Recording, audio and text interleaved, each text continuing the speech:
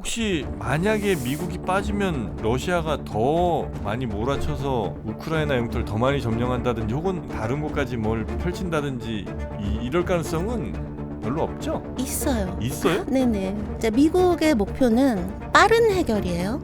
근데 러시아는 근본적인 해결을 원해요. 그러니까 미국은 우크라이나를 무기로 써서 러시아를 위협하고 무너뜨리려고 한다. 다시는 미국이 그렇게 못하도록 만들어야 된다. 그렇게 안 하고 대충 봉합을 했다가 만약에 문제가 또 생기면 그럼 또 전쟁할 거냐. 트럼프가 우리 발 뺄 거야 이러고 압력을 넣고 있잖아요. 근데 발 뺄 거면 우크라이나 무기 지원 안 하면 되는 거거든요. 근데 그럴 생각이 없다는 얘기인 거죠. 이 광물 협정을 맺었다라고 하는 건. 각 분야 최고의 전문가들의 깊은 인사이트를 함께 나누는 시간 신과 대화. 오늘은요, 우크라이나와 러시아와 우크라이나 이 전쟁 이야기 또 나눠보도록 하겠습니다. 지금 워낙 국내 정세가 좀 급박하게 돌아가면서 해외로 뭐 관심 둘 만한 그런 상황이 전혀 아니라 우리가 좀 잊고 있는 그런 측면도 좀 있고요. 거기다가 또 인도 파키스탄에서 뭐 서로 미사일 쐈다, 뭐 항공기가 격추됐다 등등의 이야기까지 나오면서 러시아, 우크라이나 이 종전 협상에 대한 관심이 조금 덜해진 측면이 좀 있는데 이 이슈도 굉장히 우리가 중요하게 좀 살펴봐야 되는 그런 이슈겠죠. 이 분야는 우리 교수님이 우리나라 최고의 전문가십니다. 서울대 통일평화연구원 이문영 교수님 모시겠습니다. 어서 오십시오, 교수님. 네, 안녕하세요. 네, 반갑습니다. 네. 자, 지금 이제 러우 전쟁 그리고 이제 종전 협상, 저는 이제 한 일주일 전쯤에 뭐 종전 협상 뭐 이런 뉴스를 이제 살짝 본 것 같은데 네네. 그 이후로는 업데이트된 게 전혀 없고요. 네네. 뭐 특별히 막 뉴스 막 많이 들려오는 것 같지는 않습니다. 네. 예, 지금 현재 상황을 간략하게 좀 알려주시면 좋을 것 같아요. 네네. 그래서 한 세 주제 정도 말씀드릴 수 있을 것 같은데요. 네. 이제 하나는 말씀하신 것처럼 도대체 이 종전협상 어디까지 왔나. 네. 이제 그거. 그다음에 두 번째는 그 미국하고 우크라이나가 네. 드디어 광물협정을 맺었어요. 네. 그 정프로님 그거 아시죠? 2월 말에 네. 젤렌스키가 백악관에 갔다가 트럼프랑 대판 싸우고 쫓겨나. 우리 너무 충격받았잖아요. 예, 세상에 예. 이런 막장 외교가 있나. 네. 그때 그 젤렌스키가 그 광물협정 사인하러 간 거였거든요. 근데 이제 못한 거예요. 네네. 근데 그거를 4월 30일 날 드디어 사인을 했어요. 그렇습니까? 그러면 그건 또 무슨 의미일까? 이제 요거 하고요. 네. 그다음 또 하나는 그 말도 많고 탈도 많던 그 북한군 문제를 네. 드디어 이제 러시아하고 북한이 공식적으로 인정을 했거든요. 맞습니다. 이제 그게 또 우리에게 가지는 어떤 의미, 뭐 이런 건 무엇일까? 네. 세 개 정도. 좋습니다. 네. 예, 그 세 가지 주제 중에 첫 번째는 먼저 네. 지금 종전 협상 지금 진행 중인 거죠? 네네. 어. 그런 건데 네. 이게 이제 우리나라에서 보도가 많이 안 된 이유가 뭐냐면요. 네. 이제 우리 국내 상황도 그랬지만 좀 지지부진했어요. 그래서 정프로님 이제 그동안 그런 얘기 막 들으셨죠. 뭐 갑자기 30일 휴전하자고 하더니 네네네. 이제 푸틴은 그건 안 되고 네. 에너지 인프라 공격만 30일 동안 안 할게. 막 이러다가 부활절에 뭐 휴전하자 하다가 네네. 또 이제 어제 오늘은 그러니까 내일 5월 9일이요. 예. 러시아 전승 기념일인데요. 이게 2차 대전에 러시아가 이긴 거 기념하는, 그러니까 러시아에선 가장 중요한 국경일이고요. 더구나 이제 올해가 80주년이거든요. 그래요. 그러니까 갑자기 또 푸틴이 그 전승 기념일이 5월 9일이니까 앞뒤로 8일부터 10일까지 우리 휴전하자. 이제 이렇게 얘기하니까 젤렌스키가 너네 거기 외국 정상들 많이 오니까 그 쇼하려는 거지. 그 사람들 안전보장 필요하니까 그러는 거지. 우리 그렇게 못해. 이제 이렇게 얘기한 상황이에요. 그 안전 보장할 수 없어. 네. 이제 이렇게 얘기를 한 상황인데, 근데 이런 건 하나도 중요하지 않고요. 예. 그 사이사이에도 네. 서로 계속 공격했고요. 그 다음에 특히 지금 전선 상황은 네. 계속 더 격화되고 있는 상황이기 때문에 그래요. 예, 이 종전협상 관련해서 여러분들이 아셔야 되는 건 딱 두 개거든요. 네. 그게 뭐냐면 하나는 4월 17일에 파리 회담이 있었고요. 예. 그 다음에 일주일 후인 4월 23일에 런던 회담이 있었어요. 요거만 아시면 되는데 그 회담에서 뭐 중요한 내용들이 좀 있었어요. 네, 그게 뭐냐면 파리 회담에서 드디어 이제 미국이 네. 자 이게 우리의 최종안이야 하고 던진 거예요. 음. 그러니까 사실은 그 2월달에 그 협상이 막 급물살을 타면서 네. 사실 미국이 엄청 바쁘게 뛰어다녔어요. 어. 그래서 그러니까 러시아하고 우크라이나를 한 자리에 모아놓진 못했지만 네. 한편으로는 우크라이나, 유럽 열심히 만나러 다니고 그다음 한편으로는 러시아하고도 계속 만났죠. 그래서 예를 들면 그 한 2달, 3달 사이에 트럼프하고 푸틴하고 통화를 2번이나 했는데 네. 두 번째 통화는 2시간 반을 했어요.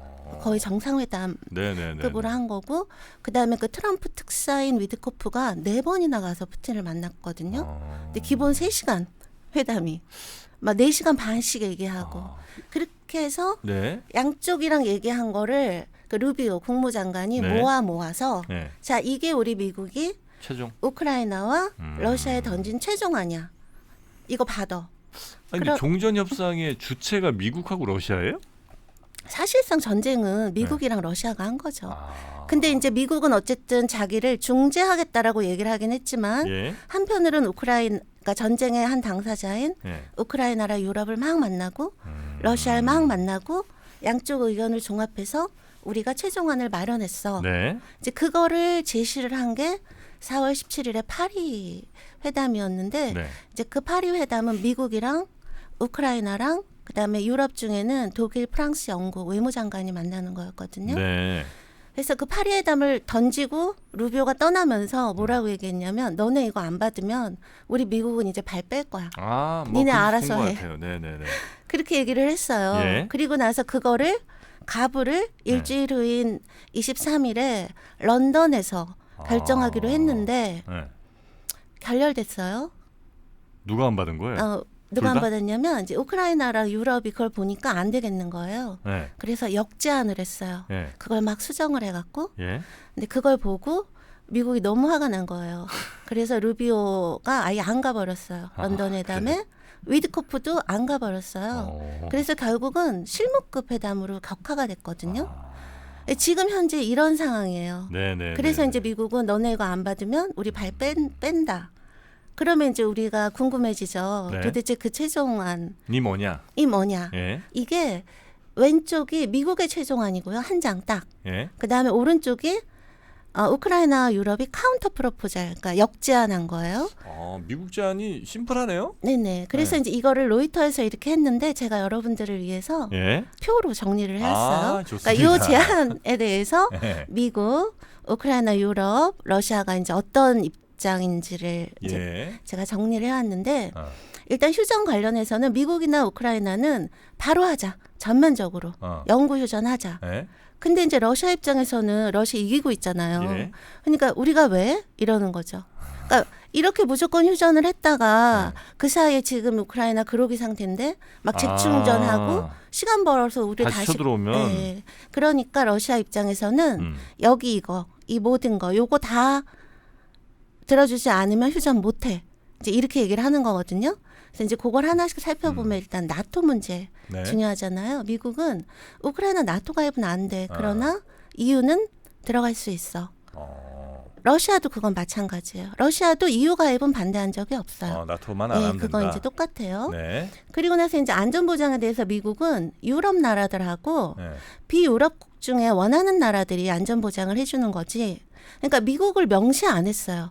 비유럽국이라고 얘기를 애매모호하게 한 거예요. 그러니까 우크라이나의 안전에 대해서 유럽이나 향후 네. 안전에 대해서 유럽 국가 그다음에 비유럽 국가들이 안전보장을 해준다. 안전보증국을 이렇게 한다. 근데 예. 미국 이름을 정확히 명시를 안 하니까 예. 우크라이나에서 미국 꼭 포함시켜라. 집어서 미국을 포함한 거예요. 아하. 그래서 그 다음에 그 안전보장의 수준도 나토 원장 5조가 그거잖아요. 공격받으면 나토 전체 일인 것처럼 도와준다. 요것 때문에 사실 다 나토 들어가려고 하는 거잖아요. 네네. 그러니까 그 수준의 안전보장을 미국이 꼭 들어가서 해줘. 이제 이렇게 얘기를 한 거고. 네. 이제 반면에 지금 이제 미국이나 그럼 유럽은 이 종전되고 나면 우크라이나에다가 일종의 평화유지군을 주둔시키겠다라는 거잖아요. 네. 이게 그 말이거든요. 근데 러시아는 미국군이건 유럽군이건 안 돼. 우크라이나에 주둔하면 안 돼. 이제 이렇게 얘기를 하는 거고, 그 다음에 이제 러시아 입장에서는 이것만으로 안 되고 이 비무장화라고 하는 게 뭐냐면 우크라이나의 그 군사력을 최소화하겠다라는 거거든요. 다시는 러시아에게 위협이 안 되게. 그다음에 너무 무리한 요구 아닌가? 그죠. 그러니까 이건 거의 뭐 패전국에 대해서 네. 요구한 옛날에 그 2차 대전 이후에 네. 일본에 대해서 하듯이. 근데 이거는 네. 이제 러시아가 항상 그 변하지 않고 요구를 했던 거예요. 그러니까 러시아 입장에서는 네. 이렇게 슬전이 되고 나서 또는 종전이 되고 나서 또 미국이 음. 유럽이 또 우크라이나 군을 그 크림반도 합병 이후처럼 막 이렇게 양성을 시켜주고 다시 또 쳐들어오게 군사력을 하고. 강화시켜주고 그다음에 막 주둔하고 기지 비슷한 거 만들고 막 그렇게 해갖고 또 러시아에 그런 위협이 될 싹을 없애버리겠다라는 거거든요. 우크라이나는 우리 우크라이나 군에 대한 어떠한 제한도 받아들일 수 없고 그다음에 우리 우크라이나 땅에 외국군이 주둔을 하든 같이 무슨 군사훈련을 하든 그건 우리 맘이야. 안 돼. 네. 이렇게 얘기를 하고 있는 거고요. 네. 그다음 이제 제재부터 먼저 말씀드릴게요. 영토 문제가 좀 중요하니까. 네. 미국은 2014년 그러니까 크림반도 합병 이후 제재는 다 해제하자. 이거고요. 러시아는 그것도 즉시 해제해. 그래야 우리 휴전할 거야. 이렇게 얘기를 하는 거고. 러시아에 대한 제재를. 네, 러시아 대러 제재요. 네. 근데 이제 우크라이나는 러시아를 뭘 믿고 제재 해제부터 해주냐. 러시아 하는 거 봐서 단계적으로 완화하자. 이제 이렇게 얘기를 하고 있고요. 그 다음에 그것뿐만이 아니라 우크라이나는 이제 재건이라든가 전후 보상, 침략국이 러시아니까요. 이제 거기에 대해서 러시아 지금 동결 자산이 유럽에 꽤 있고요. 지금 사실 유럽 EU가 그 동결 자산 이자 가지고 우크라이나 지원해주고 이러고 있거든요. 네네. 그 재원을 확실히 이제 우크라이나 요구를 하는 거죠. 그러니까 우크라이나 전후 재건이나 전후 보상은 러시아의 그 동결 자산을 이용해서 하자는 약속을 해. 그래야지 할 수 있어. 와, 저건 들어주기 힘들 것 같은데. 그다음에 이제 영토가 남았는데 이것도 예. 좀 중요한 거 중에 하나잖아요. 근데 사실 이제 트럼프가 집권하고 사실 굉장히 그 러시아 편이잖아요. 예, 예, 예. 이게 정말 대표적이죠. 그러니까 뭐냐면 크림반도는 법적으로도 러시아 소유를 인정해주고 4대 점령지는 사실상 러시아의 주권을 인정해주자는 거예요. 이렇게 얘기를 하고 그 다음에 이제 우크라이나는 그게 무슨 소리냐 그러면서 전면적이고 무조건적인 휴전이 시작된 후에 논의를 시작할 수 있다라고 얘기를 하고 있고요. 네. 그 다음에 이제 이 밑에 이게 뭐냐면요. 러시아는 그 4개 점령지 전체를 우리가 가질 거야. 근데 우크라이나는 논의를 하더라도 현 전선이 기준이야. 지금 여기 붉은 부분 중에 여기 빨간색으로 표시된 여기가 지금 러시아가 우크라이나 영토 20% 점령하고 있는 게 네. 요만큼이거든요. 예.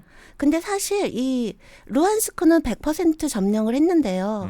나머지 요 3개 주 있죠. 네. 도네스크, 자포리자, 헤르소는 이게 원래 경계예요. 그러니까 러시아가 완전 100% 점령을 못했어요. 그러니까 요게 지금 점령선이거든요. 네네. 그러니까 여기 남은 이 붉은색은 원래 이 주의 영토지만 러시아가 점령 못한 부분인데 그래서 요 3개 주는 러시아가 지금 70%밖에 점령을 못했거든요. 그 러시아는 저것까지 달라는 다 거예요? 달라는 거예요. 그거 완전 도둑놈 심보죠. 그건 좀 너무 무리 아니에요, 네, 저거는? 그러니까 이게 점령하지 않은 것까지 다 달라는 거고, 네. 근데 이제 우크라이나는 현 전선에서 얘기하자는 건 요 점령 전선을 기준으로, 예. 그러니까 예를 들어 요 4대 점령지를 혹시 양보하더라도 전체가 아니고 러시아 니네가 지금까지 점령한 것만 가져가는 거부터 논의하자. 네네. 우크라이나가 인정을 하겠다는 건 아니고 그때부터 얘기하자는 거죠? 네, 그렇죠. 네. 이제 휴전하게 되면 그때부터 논의를 시작하자. 이게 이제 우크라이나의 입장인데 네. 정프로님 보시기에 이게 이거 지금 던져놓은 거고 서로 이제 우크라이나도 역제안한 거고, 근데 러시아는 이런 거 더 필요해. 이제 이러고 얘기를 하고 있는 건데 안 될 것 같은데요? 안 될 것 같죠? 네. 물론 이제 양쪽의 협상 전에 항상 더 센 거 불러서 조금씩 깎아주는 건 당연히 있지만 네네. 지금 요 조건들은 협상 안 될 것 같은 느낌인데. 네, 그러니까 예. 트럼프랑 벤스가 이제 트럼프랑 다 그렇게 얘기하는 거예요. 자, 우리 던졌으니까 예. 너네 이제 이거 안 받으면 우리 빠진다. 너네 러시아랑 우크라이나 둘이 해결해. 알아서 해라. 이렇게 얘기를 한 거고, 이제 벤스 부통령 같은 경우도 예. 얼마 전에 그렇게 이거 쉽게 안 끝날 것 같아. 아 그래요. 예, not soon. 빨리 안 끝날 것 같아. 이제 이렇게 얘기를 했고 트럼프도 25일인가 또 그렇게 얘기를 한 거예요. 나 이제 데드라인 안 설정할래. 그러니까 트럼프가 그랬잖아요. 유세할 땐 24시간 안에 해결하겠다. 대통령 되더니 부활절까지는 해결하겠다. 그러더니 취임 100일까지는 해결하겠다. 취임 넘어갔네. 100일이 5월 1일이었거든요. 그러니까 본인 뜻대로 그게 다 되나 그게? 그러니까요. 예. 그게 쉽게 될 것 같았으면 벌써 3년을 끝났지. 그러고 싸웠겠냐고요. 예. 자 그래서 미국은 중재안 줬고 러시아 우크라이나는 각자의 이제 안을 갖고 왔는데 도저히 이거는 뭐 단기간에 해결될 안은 아닌 것 같고요. 그러면 그렇죠. 이 중재 협상, 그러니까 저 휴전 협상은 어렵다고 봐야 되겠군요. 그러니까 이제 그렇게 얘기를 해요. 첫 번째는 일단 이게 타결이 힘들죠. 이렇게 되는 건 너무 힘든 거고 바로 얼마 전에도 4월 25일 날 그 런던 회담이 결렬되고 네. 거기 루비오도 안 가고 위드코프도 안 가고 네. 그 대신 위드코프가 모스크바로 날아갔어요. 그래서 푸틴하고 또 만났거든요. 네. 또 3시간 얘기를 했는데 그때 이제 위드코프가 설득한 게 요 현 전선 아. 전체 고집하지 말고 요 현 전선에서 하자. 네. 요거 설득하고 그다음에 이제 러시아하고 우크라이나하고 좀 직접 만나는 걸 생각해 봐라. 이제 그렇게 얘기하니까 푸틴은 직접 만나는 거 난 할 수 있어. 이렇게 얘기를 한 상태인데 네. 어쨌든 트럼프가 얘기한 것처럼 그렇게 쉽게 끝날 수는 없는 상황인 거죠. 혹시 만약에 미국이 빠지면 러시아가 더 많이 몰아쳐서 우크라이나 영토를 더 많이 점령한다든지 혹은 우크라이나 아닌 다른 곳까지 뭘 펼친다든지 이럴 가능성은 별로 없죠? 있어요. 있어요? 네네. 사실은 이제 한 가지 말씀드리면 왜 이렇게 미국이 이제 러시아 편을 들어주는데도 그리고 상당 부분 들어줬잖아요. 예, 예. 이 정도면은 좀 러시아도 물러설 만한데 이러는 이유가 이제 미국의 목표는 빠른 해결이에요. 근데 러시아는 근본적인 해결을 원해요. 아까 말씀드린 것처럼 이제 러시아는 이게 영토를 따려고 한 전쟁이 아니고 네. 미국의 패권에 도전하는 건데 그 미국 패권이 얼마나 부당한지를 상징적으로 보여주는 게 바로 이 우크라이나 경우다. 그러니까 미국은 우크라이나를 무기로 써서 네. 러시아를 위협하고 무너뜨리려고 한다. 다시는 미국이 그렇게 못하도록 네. 만들어야 된다라는 거잖아요. 더 이상 우크라이나가 러시아를 위협하는 무기가 안 되게 만들어야지 그렇게 안 하고 대충 봉합을 했다가 만약에 문제가 또 생기면 그럼 또 전쟁할 거냐 이거인 거예요. 러시아는. 이번에 확실히 좀 끝내놓자. 그러니까 어차피 전쟁 시작한 거고 3년이 된 거고 그러니까 이제 이번에 끝내자. 그러니까 이게 둘의 근본적인 목표가 다르기 때문에 네. 이게 이제 굉장히 어려운 상황이기는 한데 러시아가 이거 전쟁 안 끝내고 막 우크라이나 전체를 막 점령하려고 하거나 아니면 말씀하신 것처럼 우크라이나뿐만이 아니라 뭐 폴란드라든가 발트 3국이라든가 그런 나라들이 겁먹고 있다면서요. 예, 우리 다음은 우리 차례야 막 예. 이러면서 그러는 거 아닌가라는 걱정을 당연히 하실 텐데요. 네. 일단 그 걱정은 안 하셔도 될 것 같아요. 그렇습니까? 그러니까 제가 좀 전에 말씀드린 것처럼 네. 러시아에게 이 전쟁의 목표는 영토가 아니에요. 러시아 영토 너무 많아요. 하긴 놀고 있는 땅 그렇게 지구 많은데. 면적의 7분의 1인가 8분의 1이 러시아 땅이고 네. 지금도 감당이 안 되는데 근데 이제 이 말 제가 거기에 대해서 증거를 그동안 여러 번 말씀드렸는데 제가 최근 증거를 하나 더 말씀드릴게요. 그냥 네. 단순히 러시아가 영토 욕심이 아니야. 뭐 나토 국가 우크라이나 전체를 점령하려거나 나토 국가를 공격하려는 건 아니야라고 하는 이제 뭐랄까요 근거를 네네. 말씀드리면 제가 정프로님께 그 말씀드린 적 있죠. 이 전쟁이 한 달 만에 끝날 수 있었다고.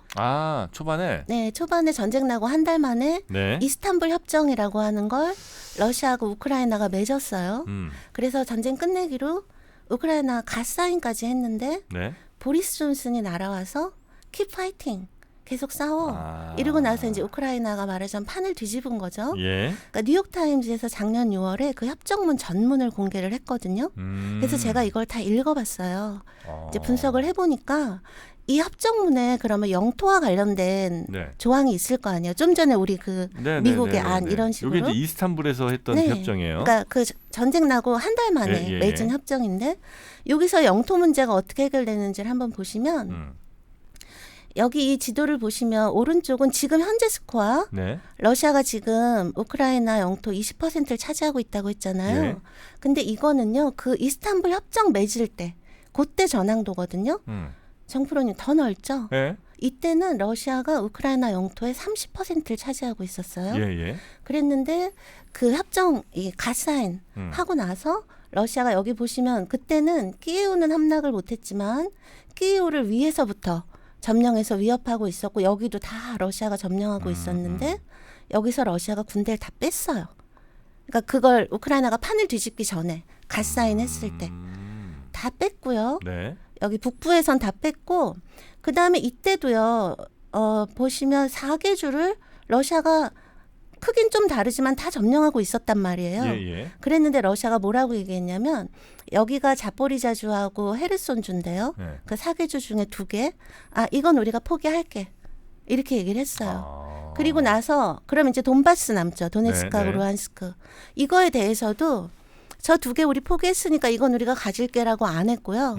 요걸 누가 가질지는 나중에 젤렌스키랑 푸틴이 만나서 그때 얘기해보자. 의논해 보자였어요. 그러니까 요때 러시아가 러시아 거야라고 주장했던 건 크림반도밖에 없었어요. 네, 네, 네, 네. 그러니까 러시아가 정말 영토 때문에 이런 거였다면 전쟁 한 달 만에 이걸 왜 포기했겠냐라고 하는 거죠.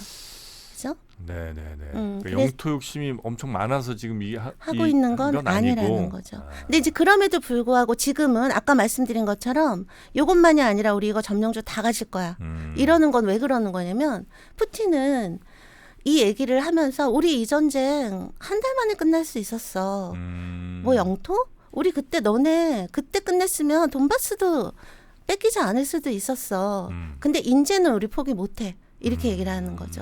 그동안 우리 러시아 군인들이 얼마나 많이 죽었고 너희들은 이미 너희가 그걸 걷어찬 거기 때문에 네. 이거는 포기 못해. 이제 이렇게 된 거거든요. 러시아 입장에서 사실. 그렇다는 거고요. 네네. 그다음 두 번째는 러시아가 그런 욕심이 있다 해도 러시아는 그럴 능력이 없어요. 그러니까 무슨 다른 말이냐면 나라들까지 쳐들어갈 네. 능력.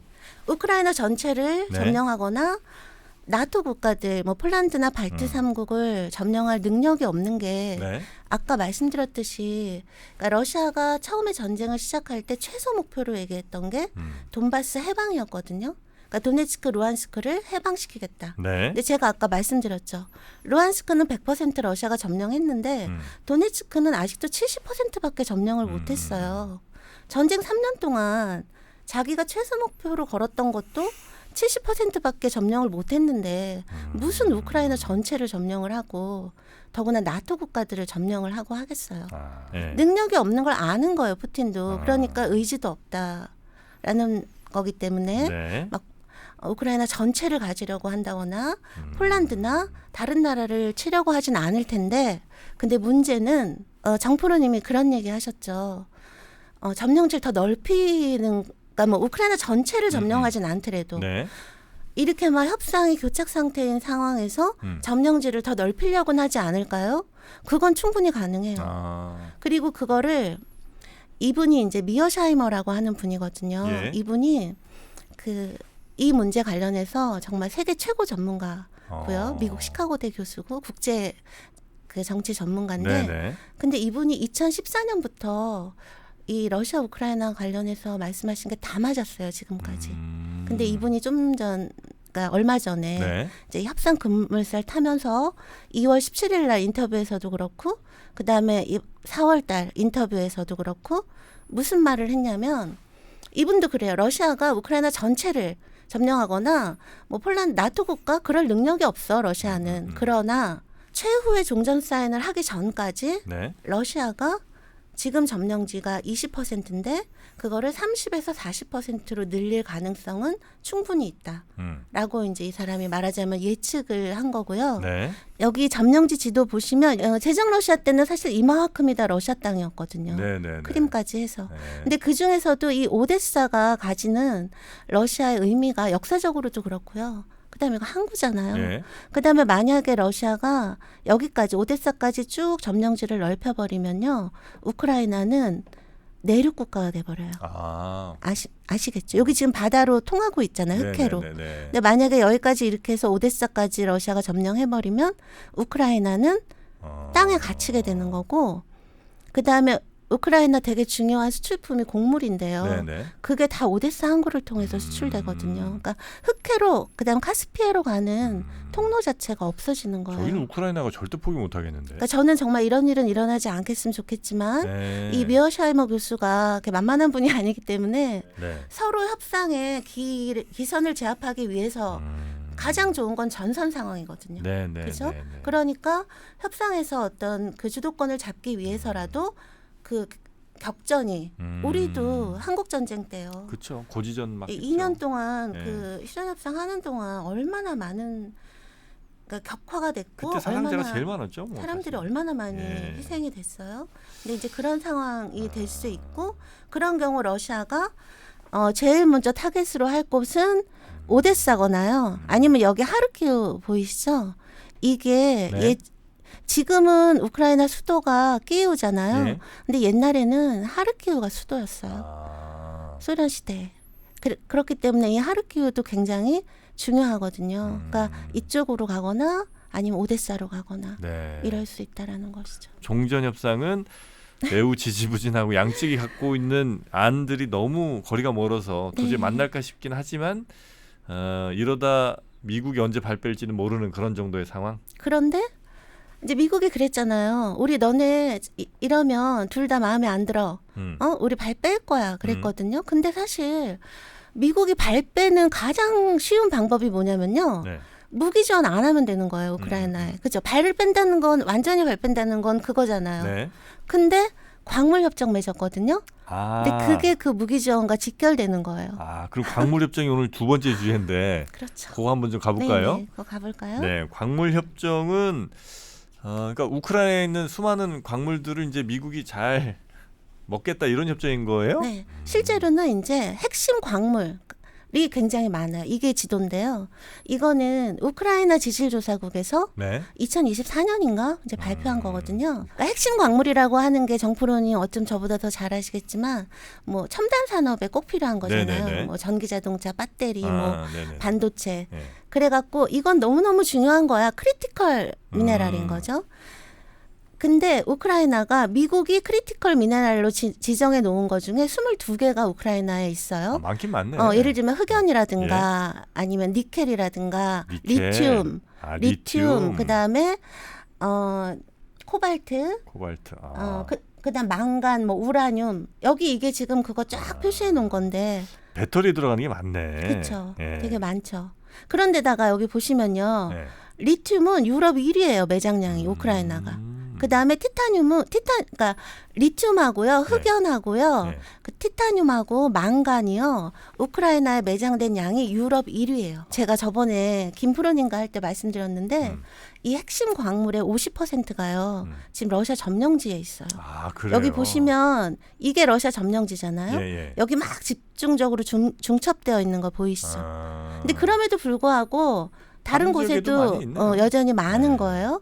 근데 이제 우크라이나에 많은 이 리튬이나 티타늄이나 망간이나 흑연 이런 게 미국이 100% 수입해야 하는 핵심 광물인 거예요. 여기 보이시죠? 흑연 100% 수입해야 돼요. 네. 망간 100%.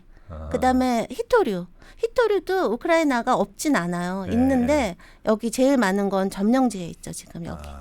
여기 있고. 네. 이렇게 있는데 그다음에 이 티타늄도 우크라이나가 유럽에 제일 많은데 이것도 95%를 미국이 수입을 하는 거예요. 네. 그러니까 트럼프가 좀 탐낼만 하긴 필요하긴 한 하네요. 거죠. 그죠? 4월 26일 날 이 사진 한번 보셨죠? 이 바티칸에 그 네? 교황 장례식에 갔다가 트럼프하고 예. 젤렌스키가 26일 날 아주 예정에 없는 회동을 한 거예요. 즉석에서 한 거예요? 네, 즉석에서 딱 15분 했어요. 아, 그래요? 근데 이러고 나서 30일 날 드디어 광물 협정을 체결한 거예요. 근데 이 26일이 어떤 날이냐면요. 트럼프가 그때 이제 젤렌스키가 사인하러 2월 28일 날 갔다 대판 싸우고 쫓겨났잖아요. 그러고 나서 젤렌스키가 백기투항을 한 거예요. 그러니까 트럼프가 빨리 사인해. 너네 4월 26일까지 사인해. 했던 마지막 날을 만난 거예요. 마지막 날 만나서 15분 동안 얘기를 하고 사인했어요. 그리고 나서 이제 사인을 한 거죠. 그 사인은 그 내용이 대충 뭐예요? 이거를요. 폭스뉴스에서 이 사인한 문서를 입수를 해갖고 이것도 12장이에요. 네. 다 공개를 한 건데 일단 지금 이제 젤렌스키는 여기에 대해 일단 이 내용은 뭐냐면요. 네네. 이 광물 협정의 정식 이름은 미국, 우크라이나 여기 써 있죠. 재건 투자 기금을 만들자라는 거거든요. 재건 투자 기금. 예. 근데 이게 뭐냐면 미국이랑 우크라이나가 같이 투자 펀드를 하나 만들자는 거예요.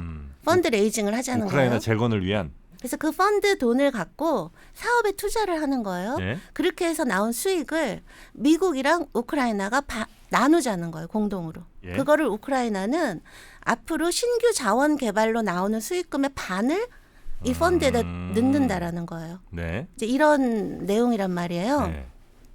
근데 이걸 사인하고 나서 젤렌스키가 뭐라고 얘기를 했냐면 이건 너무 역사적인 파트너십이다 미국과 이러면서 여지까지는 트럼프가 러시아 편을 들어줬단 말이에요. 네. 드디어 미국이 변했다. 그리고 우크라이나의 편에 쓰기로 한 거다 미국이. 그렇게 평가했어요. 젤렌스키 그렇게 얘기를 하면서 이거 비준해야 되잖아요. 우크라이나도 의회에서 비준해야 되잖아요. 그 의회에다가 비준을 강력하게 요청을 한 거죠. 그러니까 드디어 우리가 역사적인 그 미국과의 파트너십을 맺었고 이건 우리 우크라이나의 안보, 미래, 주권을 위해서 너무 중요한 것이고 이건 너무나 역사적인 것이다라는 식으로. 그래서 그 비준을 이제 내일 하기로 했거든요. 우크라이나 국회에서. 근데 문제는 문제가 있어요? 네, 문제가 있어요. 이게 그렇지가 않다라는 건데요. 그렇지가 않다? 만약에 이게 정말 러시아의 그 침략에 대해서 우크라이나를 지켜주려고 하는 거라고 한다면 예? 젤렌스키가 이거 사인 그때 왜 못했냐면 우리 안보를 보장해주는 문구를 여기다 넣어달라. 우리 자원을 50%나 너네 미국한테 주는 건데 그럼 너네도 그 정도는 해줘야지. 예. 근데 그거 제대로 안 해줘갖고 젤렌스키가 사인 안 한 거거든요. 근데 그래도 그 1차 안에는요. 되게 미약하지만 우크라이나가 자기 안보를 보장받으려는 그 노력을 미국은 지지한다.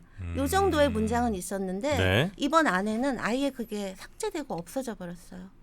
그리고 뭐만 남았냐면 경제 안보가 국가 안보야.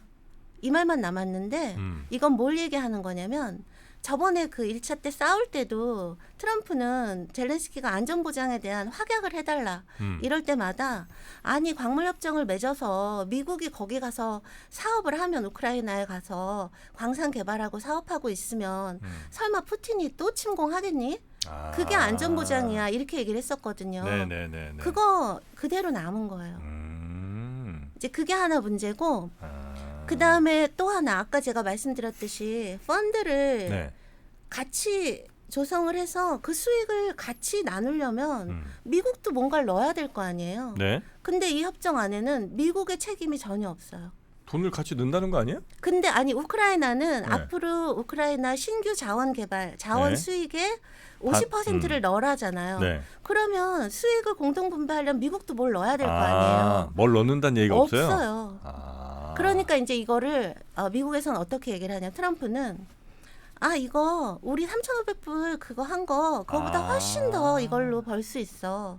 그다음 백악관에서는 아예 이걸 어떻게 규정하냐면 이 협정은 미국이 우크라이나 안보를 지켜준 데 대해서 얻는 대가다. 이렇게 규정을 하는 거예요. 우리가 지금까지 들인 돈이 얼마인데 그렇죠. 뭐 이 얘기예요. 근데 이제 문제는 뭐냐면요. 여기에 비밀 문서가 2개가 있어요.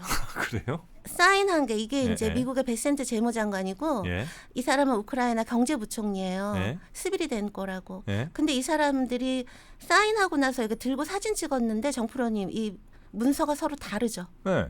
그럴 수가 없잖아요. 그렇죠. 원래 똑같은 거 이렇게 하는 거 아니에요? 왜 그러냐면 네. 이날 이 2사람이 사인한 게 3개예요. 근데 여기 공개된 건 하나만. 그것도 아주 러프한 거. 얘기한 거 하나만 공개됐고 네. 나머지 2개는 공개가 전혀 안 됐는데 음. 거기에 모든 게 더 구체적인 게 다 담겨 있는 거예요. 그러니까 펀드 조성을 어떻게 하고 그거를 어떻게 분배를 하고 어떻게 운영을 하고 하는 게 거기다 담겨 있는데 그거를 젤렌스키가 밝히질 않고 있는데요. 언론에나 일반에만 안 밝히는 게 아니라 내일 5월 8일 날 네. 우크라이나 국회에서 비준해야 되잖아요. 국회의원들한테도 그거를 안 보여주는 거예요. 그걸 안 보여주면 안 되지 않아요? 안 되죠. 그러니까 이제 우크라이나에서도 네. 국회의원들이 이거 다 보여달라. 당연하죠. 그다음에 이거 보니까 젤렌스키가 이제 드디어 미국이 우리 편에 섰다. 그리고 미국의 우크라이나의 안보를 미국이 보장해 줄 거다가 아니라 이거 분명히 여지까지 미국이 지원해준 돈에 대한 거를 우리가 자원으로 갚는 거다. 그다음 플러스 알파. 지금 하나 밝혀진 게 또 뭐냐면요. 네. 미국이 앞으로 군사 지원하는 거는 요 펀드에다 적립한 걸로 친다. 네. 예요. 그러니까 또 들어가 있는 거예요. 아 그래요? 음. 아. 그렇기 때문에 지금 이제 전 세계 반응은 뭐냐면요. 미국에서도 트럼프나 백악관 편 빼고 비평가들은 이거 아무 의미도 없다. 라고 비판을 하고 있고요. 그다음 러시아에선 당연히 비판하죠. 러시아에서는 어떻게 얘기를 하냐면 이거 봐라. 미국 어떻게 믿냐고 우리가 그랬지. 지금 평화협정 어쩌고 하면서 지금 무기 팔겠다는 거 아니냐. 그러니까 앞으로 무기를 지원해 주는 건 이 펀드에 적립하는 게 되는 거니까 이거 무기 팔겠다는 얘기다. 그다음에 이제 젤렌스키에 대해서는 이기지도 못할 전쟁에 국부를 팔아 넘기고 있다. 이렇게 이제 러시아에선 비난을 하는 거고요. 그다음에 우크라이나 내부에서도 예. 이게 너무 불투명하다라는 거예요. 그렇잖아요. 하나도 확실한 게 없는 거고 그런데 이렇게 비밀스럽게 이거를 비준을 하려고 하는 이유가 뭐냐. 그다음에 우크라이나에서도 이걸 맺을 수밖에 없었다는 건 인정을 해요. 왜냐하면 이것까지 안 하면 트럼프가 저번처럼 군사 지원 다 끊고 막 정보 지원 다 끊고 네. 하면 우크라이나는 큰일 나는 거잖아요. 그렇죠, 그렇죠. 이제 그럼에도 불구하고 이 협정은 과거와 미래에 미국이 우크라이나를 지원해 준 거에 대해서 우크라이나가 갚는 거잖아요. 네. 그다음에 우크라이나에게 굉장히 중요한 전략적인 자원에 대한 통제권을 말하자면 미국에 파는 거란 말이에요. 그러니까 이거는 경제 주권을 상실한 거고 경제 주권의 상실이라고 하는 거는 정치적이거나 안보적인 주권을 상실하는 거. 그러니까 결국 이거는 우크라이나의 미래에 대해서 미국의 권리가 있다라고 하는 걸 제도적으로 인정한 것이라는 것이죠. 네. 그러니까 실제로요. 이 조약은요. 우크라이나 국내법의 위에 있어요. 그다음에 그래요? 무기한이에요. 그다음에 미국이 그러니까 말하자면 앞으로 우크라이나가 새로 자원들을 개발하고 막 이러는 데 있어서 우크라이나 마음대로 못 한다라는 거죠. 미국이랑 말하자면 허락받고 해야 되는 이제 상황인 거기 때문에 네. 미국 내에서도 러시아 말할 것도 없고 그리고 우크라이나 내에서도 여기에 대해서 지금 굉장히 비판적인 그럼 상황이에요. 이제 국회에서 인준이 안 될 가능성도 꽤 있는 거죠, 우크라이나. 근데 네. 지금 젤렌스키가요 계엄령 하면서 국회를 거의 다 장악했어요. 비준은 될 것 같기는 해요. 그렇습니까? 네. 자, 하여튼 이 미국과 우크라이나의 광물 협정 거기에 들어있는 비밀 문서 요거에 대해서 아직 알려진 게 거의 없고 아마 근데 대략 어떤 내용일 거라는 거 추정은 충분히 가능하고 네네. 여기에 대해서 우크라이나 국회가 좀 밝히라고는 하고 있지만 국회까지 거의 장악한 젤렌스키는 아마 이걸 통과를 시킬 것 같다. 네네. 이 정도로 광물협정 부분은 또 저희가 정리를 한번 해보고요. 근데 이 광물협정이 예. 그러면 이 종전협상에 어떤 영향을 미칠지까지 이제 이 얘기를 하면 광물협정이 네 이렇게 마무리가 될 것 같은데 네. 트럼프가 우리 발 뺄 거야 이러고 네. 위협 압력을 넣고 있잖아요. 근데 발 뺄 거면 우크라이나 무기 지원 안 하면 되는 거거든요.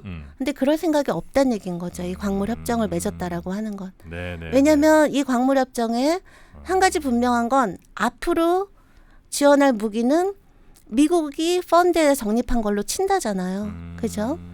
그러니까 이건 무슨 의미냐면 단지 경제적인 것뿐만이 아니라 예. 트럼프는 여기서 완전히 손을 뗄 생각이 없는 거예요. 왜냐하면 우크라이나 카드는 쥐고는 있어야 된다라는 거죠. 그래야 지금도 이제 러시아하고 지금 기싸움을 하고 있는 거고 이제 앞으로도 트럼프가 뭐 여러 가지 러시아하고 같이 뭐 하겠다는 게 많잖아요. 그런 거에서도 힘겨루기가 필요한데 우크라이나 카드는 쥐고 있어야 된다라는 것이고요. 근데 이제 그럼에도 불구하고 트럼프가 그동안 해온 말이 있기 때문에 바이든처럼 뭐 무조건적으로 무제한적으로 또는 완전히 이제 우크라이나 편에 서서 이렇게 할 수는 없단 말이에요. 네네. 그러니까 군사 지원을 하더라도 나 그거 그냥 미국 국민들 세금 쓰는 거 아니고 이거 나중에 돌려받을 거야 라는 식으로 얘기를 하면서 그러니까 자기가 원하는 결론이 나올 때까지 이 전쟁이 유지될 정도의 군사 지원을 하겠다라고 하는 얘기로도 볼 수 있을 것 같은데요. 네네네. 며칠 있다 트럼프가 세계를 경악시킬 발표를 하나 하겠다고 한대요. 맞아요. 그 뉴스가 있던데 도대체 그게 뭔지 모르겠어요. 그러니까. 그래서 제가 이제 이렇게 분석하긴 하지만 트럼프는 항상 우리 예상을 뛰어넘는 사람이기 때문에 네. 좀 그거가 도대체 뭘지 이제 기다려볼 필요는 있는 거죠. 알겠습니다. 물론 이제 그게 우크라이나 러시아 이 관련된 얘기가 아닌 또 다른 얘기가 있을 수도 있고 그럴 수도 이제 있긴 한데. 아니 뭐 이 관련된 얘기도 있을 수 있는데 여튼 그건 이제 트럼프가 뭐라고 하는지 그건 좀 지켜보도록 하고요. 네, 그러니까 지금 제가 말씀드린 것처럼 네. 이 광물 협정이요 트럼프한테도 경제적인 거라기보다는 굉장히 정치적이고 그러니까 국내 정치적이 국내 유권자들한테 어필하고 나는 바이든하고는 달라. 네. 니네 세금 헛되이 안 써. 그다음에 이제 러시아는 이제 압력도 가하는 거고 우크라이나도 그렇고 그런데 경제적으로는 사실 별 의미는 없을 수도 있어요. 네네. 왜냐하면 아시잖아요. 광물 한번 개발해서 아유 한 10년 20년 걸리죠. 네, 18년 걸린다고 그러더라고요. 평균. 네. 그래요. CSIS에서 네. 그걸 또 계산해봤더라고요. 네. 18년 걸리면 그때까지 뭐 트럼프 살아있지도 않을 수도 있는데. 모르게 또 저주까지 하시고. 아니 저주는 아니고 그 연령을 생각할 때 네, 그렇죠, 그러니까 그렇죠. 네. 실제적인 수익을 얼마나 얻을 수 있는지는 굉장히 불투명하다는 거죠. 이렇게 이제 협정했다. 요걸 이제 뭐 홍보하고 그러니까 싶은 네, 거겠죠. 굉장히 정치적이고 네, 네. 압력용이고 그러니까 협상에서의 네. 어떤 이니셔티브를 주기 위한 그런 의미? 알겠습니다. 자 이제 두 번째 주제인 미국과 우크라이나의 광물 협정 요까지 정리해봤고 이제는 세 번째 주제. 어쩌면 보시는 분들이 제일 관심 있어 하실지도 모르는 이 북한군. 네. 예, 러시아랑 북한이 북한군 파병을 인정을 공식적으로 한 거라고요. 네, 4월 26일 날 러시아가 인정했고요. 그리고 나서 4월 28일 날 북한이 인정했어요. 공식적인 입장문 다 냈고요. 4월 26일. 26일에 이제 러시아? 네. 요게 이제 딱 광물 협정 한 날이네요. 그러네요. 그러네요. 네, 4월 근데 26일. 그날이 왜 광물협정 했기 때문이 아니고요. 네. 그날이 러시아가 쿠르스크를 완전 탈환한 날이에요. 그래요. 그래서 이게 언제 알려진 거냐면 완전 탈환을 했어요. 네. 기쁘잖아요. 그러니까 게라시모프 그 러시아 군 총사령관이 네. 푸틴한테 보고를 한 거예요. 네. 우리 이제 다 탈환했습니다. 막 이러면서 그 과정에 북한군이 큰 공을 세웠다. 기여를 했습니다. 이러면서 이제 처음 밝혀진 게 그래서 밝혀진 거고. 그래요. 그럼 뭐 그거는 정말 그 공을 인정하지 않을 수 없는 상황에서 그냥 그렇게 얘기를 한 거지 뭐 큰 의미를 가질 건 아니에요, 이거는. 이거를 이제 우리가 네. 그런 게 있는 거죠. 우리가 되게 정말 말도 많고 탈도 많았잖아요. 예. 그런 상황에서 드디어 러시아하고 북한이 이걸 공식적으로 인정을 하고 각자 막 입장문들을 막 발표를 했어요. 그걸 통해서 우리에게 그동안 설명되지 않았던 것들이 설명이 되는 부분이 있어요. 그걸 제가 두 개만 짚고 좋습니다. 네. 그 의미에 대해서 말씀드리려고 하는데 네. 일단 첫 번째는 이거 누가 먼저 주겠다고 한 거냐. 그러니까 러시아가 병력이 필요하니까 김정은한테 좀 줘 이런 건지 김정은이 먼저 그런 건지 그게 이제 밝혀졌는데 여기 보시면 러시아가 요청한 거 아니에요? 아니에요. 그러니까 뉴욕타임즈가 작년 연말에 네. 이런 기사를 낸 거예요. 그 북한군 파병은 김정은의 제안이었어. 김정은의 아이디어였어. 라고 얘기를 했어요. 네. 김정은이 먼저 요청했다는 거죠. 근데 지금 요 오른쪽에 있는 게 뭐냐면 북한도 공식 인정한 그 입장문이에요. 그러니까 조선노동당 중앙군사위원회가 입장문을 냈는데 그 중에 그 한 부분이거든요. 여기 그거를 이 뉴욕타임스의 이 추정을 사실로 확인시켜 준 거죠. 김정은 동지께서 야 이거 안 되겠다. 우리 조약도 맺었는데 도와줘야 되겠다 싶어서 참전을 결정하고 러시아에 통보했다. 이렇게 얘기를 한 건데 그래서 이제 북한이 먼저 제안을 한 거라고 하는 거. 그다음 또 하나 밝혀지는 게 뭐냐면 그러면 언제부터 북한군이 쿠르스크에서 전투에 본격적으로 참여하기 시작했나. 이것도 제가 두 번째 나왔을 때 말씀드린 거였는데 미국 국방부가요. 북한군이 전투에 참여했다라는 걸 공식적으로 최초로 인정한 건 12월 16일이에요. 10월 중순에 그 파병 얘기가 나온 다음부터 뭐 북한군이 500명이 이미 10월달, 11월달 이때도 북한군이 전투하다 500명이 뭐 몰살을 했다 뭐 이런 얘기 나오고 뉴스가 많이 있었죠 그때. 예, 심지어 이제 그 바이든도요. 네. 북한군이 전투 참여한다라는 걸 이유로 그동안 그렇게 젤렌스키가 졸라도 허락을 안 해주던 장거리 미사일을 러시아 본토 타격을 허락을 해줬단 말이에요. 그게 11월 17일이에요. 네. 근데도 그러니까 바이든이 그 에이테크스까지 허락을 해줬는데도 불구하고 예. 미국 국방부는 북한군이 전투 참여하고 있다라는 거를 아니다. 증거 없다. 확인할 수 없다. 계속 그러고 있었다는 거죠. 그러다 이제 국방부가 최초로 인정한 게 12월 16일이고 네. 그러면서 뭐라고 얘기했냐. 그럼 언제부터 참여했냐라고 물어보니까 한 일주일 전. 그러니까 한 12월 10일 뭐 요때쯤부터 북한군이 전투에 뛰어들었다는 거고요. 네. 국방부가 이렇게 얘기하니까 백악관에서도 이렇게 얘기한 거예요. 북한군이 이선에서 프론트라인으로 나와갖고 전투에 본격적으로 참여하기 시작하는 건 요 며칠 상관이다. 그랬는데 이번에 그 러시아가 공식적으로 인정을 하면서 이렇게 얘기를 한 거예요. 이게 러시아 국무부 대변인이거든요. 자하로바. 네. 그러니까 이번에 바로 며칠 전에 공식적으로 인정을 하면서 이렇게 얘기를 한 거죠. 12월 4일부터였다라는 거예요. 그러니까 이 조약을 맺은 건 6월이지만 네. 그러니까 조약이라는 게 그게 효력이 발생이 하려면 예. 비준하고 그 비준서를 서로 교환을 해야 되거든요. 예. 그게 12월 4일이었어요. 그러니까 이 러시아 국무부에서 이렇게 얘기한 거죠. 그러니까 이 북한군이 12월 4일에 그 조약이 효력을 발휘한 그때부터 우리와 같은 참호에서 어깨와 어깨를 함께 나란히 하고 같이 피를 흘렸다. 이렇게 얘기를 한 거니까 네. 이렇게 이제 정리가 되는 거죠. 그 줄거리를 얘기하면 12월 4일. 작년 6월에 북한하고 러시아가 조약을 맺은 거죠. 네. 그 조약에 서로 어느 한 편이 침략을 당하면 군사적으로 바로 도와준다. 이게 있었고 그리고 나서 10월에 군대를 파병을 한 거예요. 그리고 나서 12월 4일에 서로 비준서 교환해서 조약이 발효될 그때쯤까지 기다린 거죠. 네. 그래서 뭐 훈련도 하고 뭐 했겠죠. 그러다가 그때쯤에 본격적으로 전투에 참여하기 시작했고 그리고 나서 한 3개월, 4개월 돼서 쿠르스크가 완전 탈환을 러시아가 성공한 거죠. 4월 26일 날. 네네네. 그러고 나서 그게 이제 완전 탈환이 됐으니까 북한군에 어느 정도 이제 임무는 완성됐고 뭐 치하도 해야 되고 하니까 네. 고마워. 북한군이 네. 큰 힘이 되었어. 아. 이제 이렇게 얘기를 한 거죠. 그러니까 북한군의 파병이 언제부터 어떤 단계를 거쳐서 어떤 과정으로 이렇게 됐는지는 이제 완전히 지금 파악된 것 같고요. 네, 이 프로세스는 파악이 된 것 네. 같아요. 그럼 이제 그 의미를 한번 좀 짚어봐야 될까요? 그 의미는 아까 네. 말씀드린 것처럼 일단 쿠르스크 다 탈환했잖아요. 그러니까 고맙죠. 그리고 제가 그때도 말씀드린 것 같은데 러시아가 의리 같은 거 되게 중요하게 아, 여겨요. 그래요?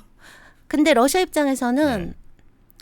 정말 전쟁 나고 처음부터 끝까지 일관되게 러시아를 정말 잘한다까지 해준 건 북한밖에 없어요. 그러니까 중국이나 글로벌 사우스하고도 활발하게 교류했지만 네. 그 나라들이 러시아 잘한다 이렇게 해준 건 아니거든요. 근데 북한은 유일한 자기네 편이네. 그렇죠. 그다음에 그 러시아를 지지하는 그 마음을 숨기지 않았고 네. 그다음에 무기 보내주고 그다음에 군대도 보내주고 하니까 이번에 푸틴도 개인 메시지도 발표를 했거든요. 네. 그 메시지에 우리가 영원히 잊지 않겠다예요. 아, 북한에 대해서. 너희들이 해준 그거를 영원히 잊지 않겠고 우리 관계는 정말 모든 면에서 탄탄할 거고 발전할 거야.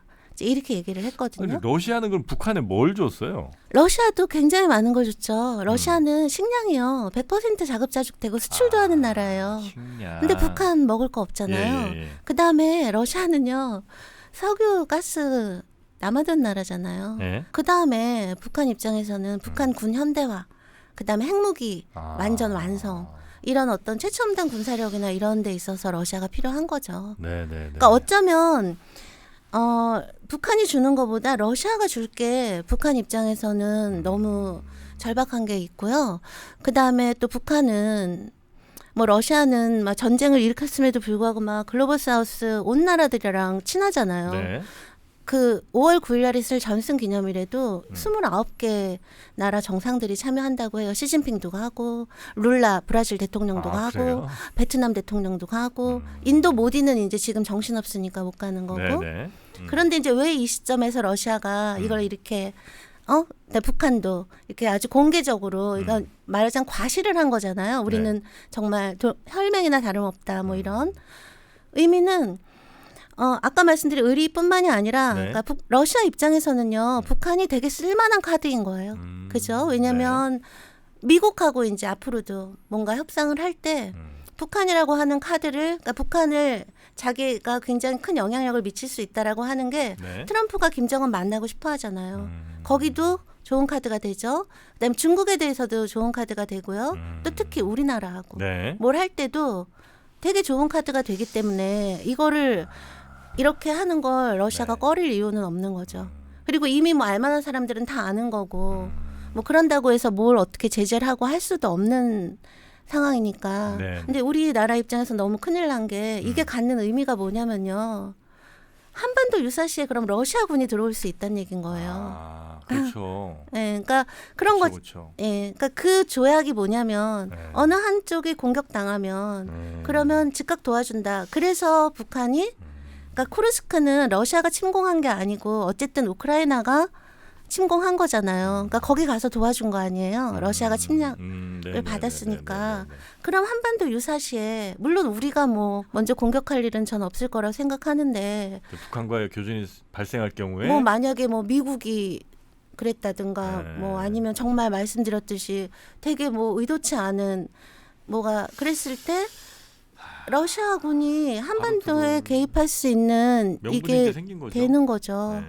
그렇기 때문에 저는 예전부터 러시아하고 이런저런 의미에서 러시아하고 관계 관리해야 된다. 이런 말씀 드렸듯이 좀 우리가 예의주시하면서 네. 경고할 건 경고하면서 네, 네, 네. 그러나 또 관리할 건 관리를 해야죠. 지금은 이제 러시아랑 사이는 우리가 좋아지기가 매우 좀 어려워졌네요. 왜냐면 북한과 이렇게 끈끈해졌으니. 그건 아니죠. 그건 아니에요? 왜냐하면 네. 근데 러시아는 항상요. 네. 이렇게 밸런싱 외교를 해요? 러시아만큼 하는 나라가 없어요. 아, 그래요? 아. 중동에서도 다 친하잖아요. 이스라엘하고도 친하고 팔레스타인하고도 친하고 그다음 지금 중국이랑 너무 친하잖아요. 네, 네. 근데 트럼프가 우리랑도 좀 하자 이랬을 때 분명히 러시아가 중국을 버리고 미국을 택한다는 건 말도 안 되는 거지만 그렇다고 해서 미국을 완전히 버리진 배척하지는 않을 거예요. 왜냐하면 중국에 대한 어떤 영향력을 완화시키기 위해서도 그런 것처럼 네. 러시아 입장에서는 북한도 여러모로 쓸모가 좋은 카드지만 우리 한국은 특히 경제적으로 그렇죠. 아니 지금 당장 러시아 경제가 중국에 너무 종속되어 의존적이니까. 있는데 그거에 대한 정말 이상적인 대안이 한국이잖아요. 그러니까 러시아 입장에서는 네네네네. 그러니까 그 러시아가 한반도 관계를 어떻게 해왔는지를 한마디로 말씀드릴 수가 있는 게 네. 소련 시절에는 북한하고만 친했어요. 우리하고는 외교 관계도 없었어요. 그렇겠죠. 그러다가 소련 무너지고 옐친 이제 자본주의 체제 전환하고 나서는 우리하고만 친하려고 그랬어요. 북한 완전히 멀리했거든요. 그랬을 때 그거를 등거리로 돌려놓은 게 푸틴이에요. 보니까 북한을 완전히 버리는 게 전혀 러시아한테 도움이 안 되는 거죠. 그래서 푸틴이 처음 대통령 할 때 취임하고 2달 만에 북한 갔거든요. 아, 그래요? 소련 지도자, 러시아 지도자를 통틀어서 북한을 직접 간 사람은 푸틴밖에 없어요. 아, 그래요? 근데 한편으로는 또 한국하고도 엄청 관계 잘하려고 한 거란 말이에요. 네네네. 그러니까 푸틴은 분명히 둘 다 지고 있으려고 할 거라는 거죠. 우리도 또 그거 잘 이용해야죠, 뭐 그러면. 그쵸. 네. 그리고 지금 저 러시아에 있는 우리 현대자동차 공장이라든지 뭐 지금 빠져나온 기업들 많은데 그것도 다시 복원을 하긴 해야 될 거 아닙니까? 근데 이제 어려워졌나? 원래는 협상 급물살 탈 때는 네. 막 우리 기업들 막 돌아가야 된다 네. 막 이런 거 막 그랬는데 지금은 이 전쟁이 도대체 언제 끝날 수 있는지 기약이 없어서 네네네. 이제 어떻게 될지 모르는 상황이긴 한데요. 네. 근데 사실 그 협상이 잘 빨리 끝나면 우리는 너무 좋은 게요. 제가 요거 하나 보여드릴게요. 네. 이게 뭐냐면 러시아 자동차 시장 1위가 한국차였고요. 예. 핸드폰 시장 1위가 삼성이었고 예. 뭐 가전, 뭐 TV 시장 부동의 9년 연속 1위가 음. 삼성이었고 막 이랬단 말이에요. 근데 그걸 지금 다 이제 중국한테 뺏겼단 말이에요. 그랬는데 이제 막 협상 종전될 것 같으니까 러시아에서 설문조사를 한 거예요. 네. 그래서 지금 이게 철수한 외국 기업 중에 어느 기업이 제일 돌아왔으면 좋겠어? 그랬더니 아, 탑5에 우리가 뽑힌 거예요. 이케아. 이케아가 1등인데요. 네. 2등이 삼성이에요. 그러네요. 예, 근데 지금 보면 이케아하고 삼성하고 큰 차이 안 나요. 그러니까 러시아 국민들이 모든 거 이렇게 다 마무리되고 네. 제일 돌아왔으면 하는 외국 기업의 2위가 삼성이라는 거죠. 아까 그 전쟁 전에 러시아 자동차 시장에 우리나라가 그러니까 1위라 그랬잖아요. 예. 이게 이제 전쟁 전이거든요. 아, 현대기아. 근데 탑5를 한번 보시면 이 라다는 러시아 차예요. 어. 사실 이게 1위긴 한데 그다음 2위가 기아고요. 예. 3위가 현대기 때문에 이거 합하면 우리나라 차가 러시아 차보다 점유율이 높은 거죠. 네네. 이런 상황이었는데 지금 이건 전쟁 후예요. 2024년. 1위는 여전히 라다인데 이 나머지 제가 파란색 표시해 놓은 거 이거 다 중국차예요. 다 중국차. 지리, 체리, 하발, 지리, 그다음 창안 다 이런 상태거든요. 저희는 삼성이 너무 돌아왔으면 좋겠어 한 것처럼 이제 또 설문조사를 한 거예요. 러시아에서 그 자동차 소유주 2,500명을 대상으로 한국의 한국차가 그러니까 현대차나 기아차가 이제 얼마나 돌아오기를 바라는지를 설문조사를 한 거예요. 네. 근데 러시아에 이런 설문조사가 있다라는 것 자체가요. 네. 그만큼 우리나라 차가 러시아에서 얼마나 인기인지 그다음에 러시아 국민들이 우리 브랜드에 대한 충성도가 얼마나 높은지를 보여주는 건데요. 네. 그래서 이것도 이 설문조사한 결과를 이제 러시아 신문에서 이렇게 막 보도를 한 거거든요. 근데 여기 신문 제목 보세요. 많은 러시아인들이 한국 기업이 한국 자동차가 돌아올 때까지 신차 구입을 미루고 있어요. 고맙다. 이렇게 얘기를 하고 있는 거죠. 네. 그래서 이 퍼센트가 어느 정도냐면요. 네. 해보니까 2,500명 중에 21%가 저는요 한국차 살려고 새 차 안 사고 있어요. 빨리 이거 좀 돼야 되는데. 그 다음에 14%는 저 이미 한국차인데요. 이렇게 얘기를 한 거예요. 이미 한국차예요. 이렇게 얘기를 했고 네. 한국차가 그러니까 현대 이런 게 철수하고 나서 중국차를 써보니까 너무 좋아서 전 그냥 계속 중국차 쓸래요는 11%밖에 안 됐어요.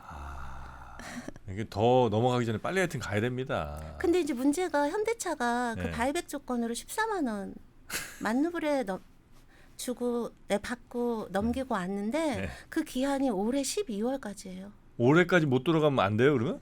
그거 이제 넘어가는 거예요? 그렇죠. 와, 이거 안 되는데. 그게 거의 막 5천억 뭐 넘게 들었. 뭐 그랬겠죠. 뭐 예. 자동차 공장 하나가 뭐 보통. 근데 이제 그걸 어쨌든 바이백 조건으로 하고 이제 나왔는데요. 지금 그게 기한 2023년 12월에 나왔거든요. 예. 2년 기한으로 나왔기 때문에 2025년 12월까지는 네네. 다시 되사야 되거든요. 무조건 그 전까지 요 협정 완료가 돼서 우리 기업들이 빨리 좀 돌아갈 수 있도록 이문영 교수님이 힘을 좀 써주시면. 제가요? 그러니까 사실은요, 막 그 네. 협상 금물상을 탈 때는 막 LG도 네. 그 러시아 공장요 부분적으로 뭐 세탁기 라인을 돌린다든가 막 이렇게 하고 있었단 말이에요. 근데 이제 지금 상황이 또. 너무 안 좋아지고 전선 상황 뭐 막 더 악화되고 이러니까 어떻게 움직이기가 쉽지가 않죠.